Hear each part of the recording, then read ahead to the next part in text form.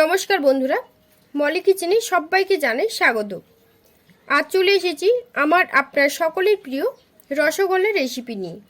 রসগোল্লা অনেকের ফোলে না, শক্ত হয়ে যায়। এই পদ্ধতিতে যদি তৈরি করেন আপনাদের একটাও মিষ্টি শক্ত হবে না, আর একদম দোকানের মতন পারফেক্টভাবে তৈরি হবে। তাহলে স্কিপ না করে পুরো ভিডিওটি দেখুন। আর কিছু টিপস বলবো যেগুলো করলে রসগোল্লাটা একদম দোকানের মতন পারফেক্টভাবে তৈরি হবে। তাহলে রেসিপিটি শুরু করছি। তার আগে চ্যানেলে নতুন হলে সাবস্ক্রাইব করে পাশে থাকবেন আমার এরকম নিত্য নতুন রেসিপির ভিডিও পেতে। তো সবার প্রথম যেটা নিয়েছি 1 লিটার আমল দুধ। আমি এখানে আমল দুধের প্যাকেট ব্যবহার করেছি, আপনারা চাইলে ঘরে থাকা গরুর দুধও ব্যবহার করতে পারেন। এবার একটা বড় পাত্র নিয়েছি। এবার প্যাকেটটাকে কাঁচি দিয়ে কেটে দুধটাকে ঢেলে দেব।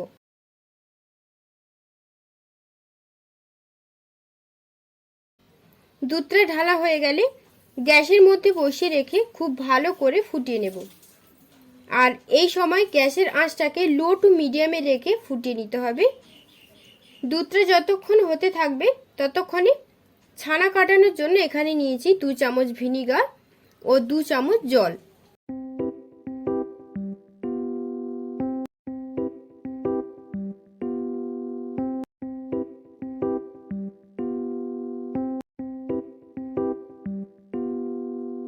দুধটা এতক্ষণে ভালো করে গরম হয়ে গেছে। আচ্ছা, এখানে কিছু টিপস আপনাদের বলে রাখি।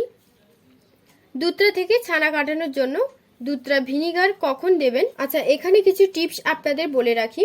দুধটা থেকে ছানা কাটানোর জন্য দুধের মধ্যে ভিনিগারটা কখন দেবেন, দেখবেন দুধটা যখন খুব ভালো করে ফুটে উঠেছে, মানে দুধটা ফোটার 5 থেকে 7 মিনিট পর ভিনিগার বা লেবুর রস, ছানা কাটানোর পাউডার যেটাই আপনারা দিতে চাইবেন ওই সময় দিয়ে দিতে হবে। আমি এখানে 2 থেকে 3 চামচ করে দুধের মধ্যে দিয়ে দিচ্ছি। দেখুন ছানা কাটতে শুরু করেছে, কতটা সুন্দরভাবে ছানা কেটেছে।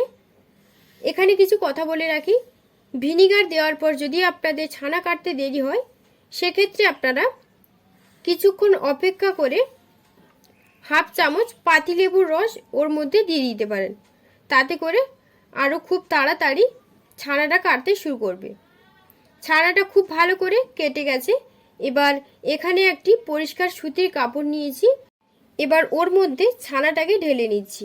ঢালা হয়ে গেলে ওর মধ্যে জল দিয়ে গরম জলটাকে বের করে নেব, যাতে ভিনিগারের মধ্যে যেই স্মেলটা আছে ওটা বের হয়ে যায়।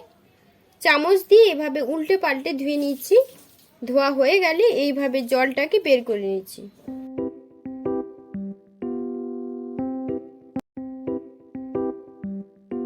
জলটা বের করার পর একটা ভারী কিছু ছানার ওপর চাপিয়ে দেব, যাতে ওর মধ্যে থাকা জলটা বের হয়ে যায়। জলটা ঝরতে থাক, ততক্ষণে চিনির রসে ডুবিয়ে রাখার জন্য চিনির রস তৈরি করব। তার জন্য নিলাম 3 কাপ জল। জলটা ফুটে উঠলে ওর মধ্যে দিয়ে দেব বড় চামচের 4 থেকে 5 চামচ চিনি দিয়ে 5 মিনিট ফুটিয়ে নেব।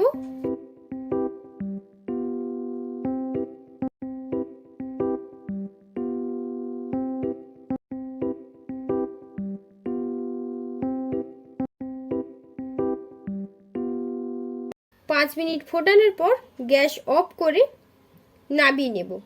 এরপর ঢাকা দিয়ে রেখে দেব। 30 থেকে 45 মিনিট পর ছানাটা থেকে জল খুব ভালো করে বের হয়ে গেছে। ছানাটাকে এবার মেখে নেব।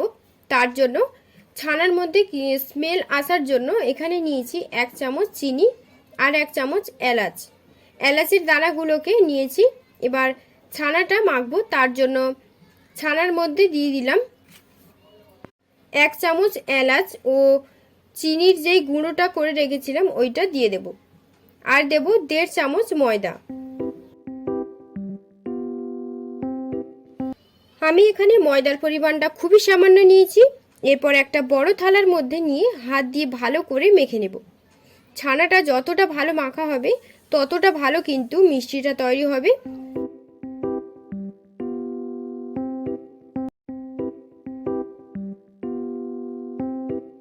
ছানাটা মাখার পর দেখবেন থালা থেকে ছানাটা খুব সহজে উঠে আসছে। সেই সময় বুঝতে হবে ছানাটা ভালোভাবে মাখা হয়ে গেছে। এরপর ছোট ছোট আকার করে তৈরি করে নিচ্ছি। 1 লিটার দুধে আমার 10 পিস মিষ্টি হয়েছে। এরপর চিনির রসে ফোটানোর জন্য রেগুলার যেই চায়ের কাপে চা খাই ওই কাপের 5 থেকে 6 কাপ জল দিয়ে দেব। জলটা গরম হলে 200 গ্রাম চিনি ওর মধ্যে দিয়ে 5 মিনিট ভালো করে ফুটিয়ে নেব। এখানে আপনাদের একটা কথা বলে রাখি, রসগোল্লা বানানোর জন্য গ্যাসের আঁচটা একদমই লো টু মিডিয়াম করা যাবে না, পুরোটাই কিন্তু হাই আঁচে করতে হবে। জলটা খুব ভালো করে ফুটে উঠেছে। এবার ফুটন্ত চিনির রসে মিষ্টিগুলো দিয়ে দেব। মিষ্টিটা ছাড়ার সময় চিনির রস যেন খুব ভালো করে ফুটে। এরপর মিষ্টিগুলো একে একে দিয়ে প্রথমে হালকাভাবে নেড়ে নেব।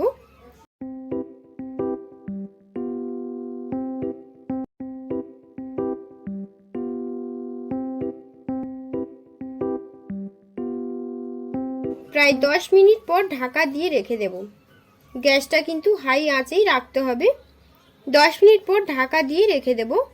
10 মিনিট পর মিষ্টিটা কতটা বড় হয়েছে দেখুন। বন্ধুরা, মিষ্টিটা আমার হয়ে গেছে। এবার গ্যাস অফ করে নিয়ে যেই চিনির রসটা তৈরি করে রেখেছিলাম ওর মধ্যে দিয়ে দেব। সব মিষ্টিগুলোকে একে একে ওর মধ্যে দিয়ে দিয়েছি। এই রসগোল্লাটা ফোটাতে আমার মোটামুটি 15 থেকে 20 মিনিট লেগেছে।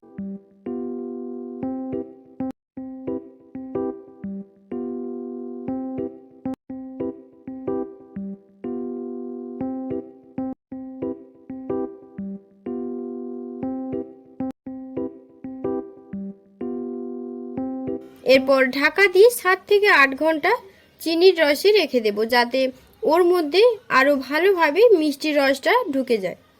তাহলে 7 থেকে 8 ঘন্টা পর ঢাকনা খুলে আপনাদের দেখাচ্ছি। দেখুন মিষ্টিটা কতটা সুন্দর হয়েছে, পুরো দোকানের মতন নরম ও মোলায়েম হয়েছে। তাহলে বন্ধুরা, দেরি না করে ঝটপট রেসিপিটি তৈরি করে ফেলুন আর আমাকে কমেন্ট বক্সে কমেন্ট করে জানান রেসিপিটি আপনাদের কেমন লেগেছে। এরকম নিত্য নতুন রেসিপি পেতে চ্যানেলটি আজই সাবস্ক্রাইব করুন আর পাশে থাকা বেল আইকনটি ক্লিক করবেন, কারণ যখনই কোনো রেসিপি শেয়ার করব দেরি না করে আপনার কাছে খুব তাড়াতাড়ি পৌঁছে যায়। তাহলে আজকের পর্যন্ত এখানেই বিদায় নিচ্ছি। চলে আসবো আবারও কোনো নতুন রেসিপি নিয়ে। ততক্ষণ আপনারা ভালো থাকবেন, সুস্থ থাকবেন। ধন্যবাদ।